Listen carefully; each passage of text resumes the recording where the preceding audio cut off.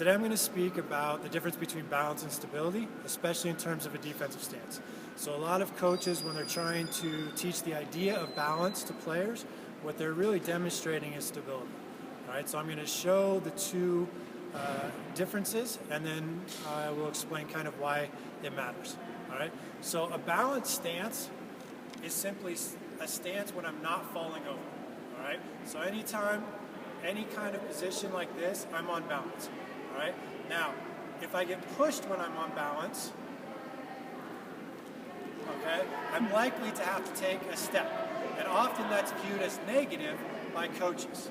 Okay, so instead coaches want a stable stance, so they want a really wide and low stance, and so now when I get pushed, I can resist the force.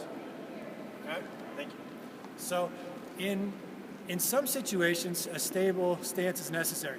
If you're trying to post up or if you're playing post defense and there's a lot of physical contact, you need a stable stance. But if you're trying to guard somebody out in space or out on the perimeter, you're more focused on balance, and a stable stance can actually be a negative. So as an analogy, if you think of football, so an offensive lineman gets into a stance where they get lower and they're in a stable position because they have to absorb contact from a defensive player. A defensive lineman will start in an upright stance, okay, or a 3 or 4 point stance.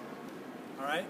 A 3 and 4 point stance are actually so unstable that you have to use your hands, okay, to keep you upright. Otherwise, you would fall forward. They have their center of mass in front of their center of pressure, or their feet, and that's what enables a quicker, explosive step, because the defensive lineman is trying to be explosive and fast, whereas an offensive lineman needs to be stable. So when you're in positions on the court where you want to be quick, or you need to be able to change directions quickly, you're more concerned with balance and not stability.